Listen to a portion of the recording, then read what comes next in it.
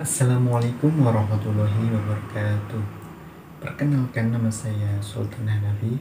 Saya dari Program Pendidikan Bahasa Arab Win Sayyid Ali Rahmatullah Tulungagung semester 6. Dalam dunia kebahasaan bahasa Arab, maka kita tidak akan terlepas dari yang namanya mu'jam, atau bagi kita orang Indonesia pasti lebih sering menyebutnya sebagai kamus. Kata mu'jam ini sendiri memiliki dua makna yang memiliki perlawanan dalam maknanya. Yang pertama, mu'jam ini memiliki arti tersembunyi dan juga samar. Setelah itu, makna yang kedua yakni menjelaskan dan juga menerangkan.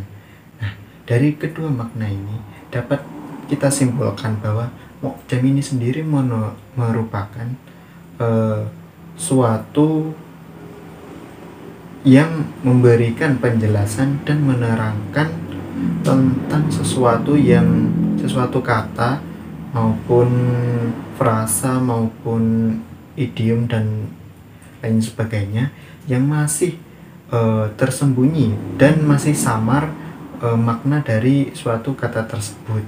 Nah, di kesempatan kali ini kita akan membahas yang namanya mu'jam as-siyaqi, atau bisa dikatakan sebagai kamus kontekstual. Nah, menilik dari pengertian mu'jam ini tadi, dapat dikatakan bahwa kamus kontekstual ini berarti sebuah kamus yang memberikan penjelasan terhadap suatu makna ataupun istilah yang berdasarkan suatu konteks tertentu. Nah, jadi maknanya itu menyesuaikan terhadap konteks yang sedang terjadi. Misalnya, dalam bahasa Arab terdapat kata ibnun yang memiliki arti anak. Nah, sedangkan dalam konteks lain itu ada kata ibnu sabil yang tidak diartikan sebagai anak, tetapi diartikan sebagai orang yang bepergian. Nah, kamus kontekstual ini menjelaskan suatu kata yang memiliki konteks-konteks tertentu seperti tadi. Nah, kamus kontekstual ini memiliki 8 model yang telah diketahui atau telah disampaikan oleh para ahli. Yang pertama yakni mu'jam lughawiyah atau kamus bahasa. Nah, kamus bahasa atau mu'jam lughawiyah ini berarti kamus yang menjelaskan suatu kata ataupun istilah dalam suatu bahasa yang dijelaskan menggunakan bahasa tersebut. Misalnya, dalam bahasa Arab berarti suatu kata dalam bahasa Arab yang masih belum jelas atau samar bagaimana pengertiannya, itu dijelaskan, tetapi penjelasannya tersebut masih menggunakan bahasa Arab. Nah, selanjutnya yakni mu'jam tarjamah. Mu'jam tarjamah ini memiliki arti kamus terjemahan atau kamus dwibahasa atau kamus yang memiliki dua bahasa. Nah, kamus ini digunakan untuk menjelaskan atau menafsirkan suatu kata dalam satu bahasa ke bahasa lainnya. Misalnya kamus Arab Indonesia, kamus yang menjelaskan suatu kata dalam bahasa Arab yang diterjemahkan ke dalam bahasa Indonesia. Yang selanjutnya yakni mu'jam maudhu'iyah atau kamus tematik. Nah, kamus jenis ini adalah kamus yang tersusun itu berdasarkan tema atau topik tertentu seperti manusia, hewan, tumbuhan, ataupun suku bangsa. Nah, kamus ini jika topiknya itu tentang hewan, berarti isinya semua kata dan istilah yang di dalamnya itu yang tersusun itu berdasarkan tema tersebut. Nah, yang selanjutnya yakni kamus istiqoqiyah atau kamus derivatif. Nah, kamus ini adalah kamus yang memberikan penjelasan tentang akar suatu kata berikut dengan derivasinya. Berarti kamus ini menjelaskan akar dari suatu kata yang mungkin konteksnya itu masih panjang, disebutkanlah akar kata dari istilah tersebut. Yang selanjutnya adalah kamus tato tatawuriyah, atau bisa diartikan sebagai kamus perkembangan suatu kosakata. Nah, kamus ini memberikan penjelasan terhadap perkembangan suatu kata yang dulunya bermakna seperti ini, terus sekarang bermakna seperti ini. Contohnya, pada zaman jahiliyah, kata sholat itu bermakna doa. Nah, sedangkan setelah Islam masuk, sholat ini memiliki perkembangan makna yang meluas.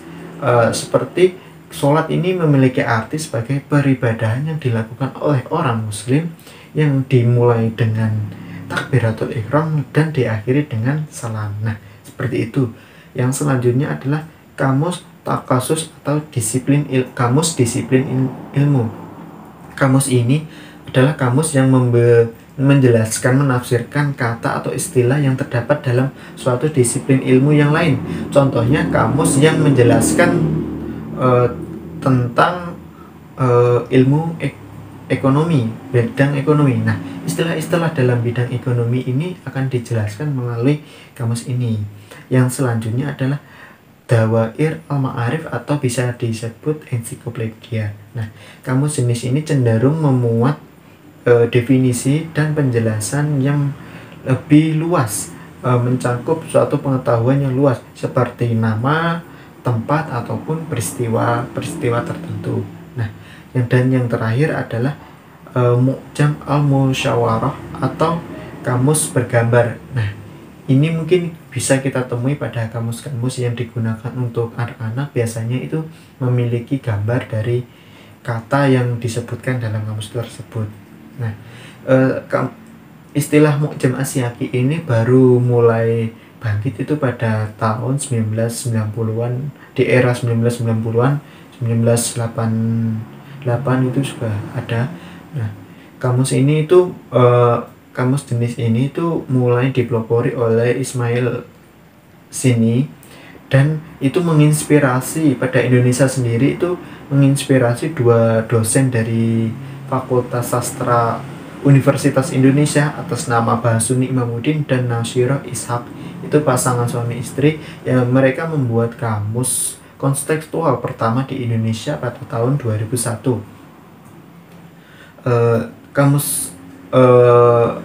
Kamus kontekstual ini sendiri dalam penyusunannya mayoritas masih sama dengan kamus-kamus jenis lainnya, yaitu menggunakan secara alfabetis dari alif hingga ya.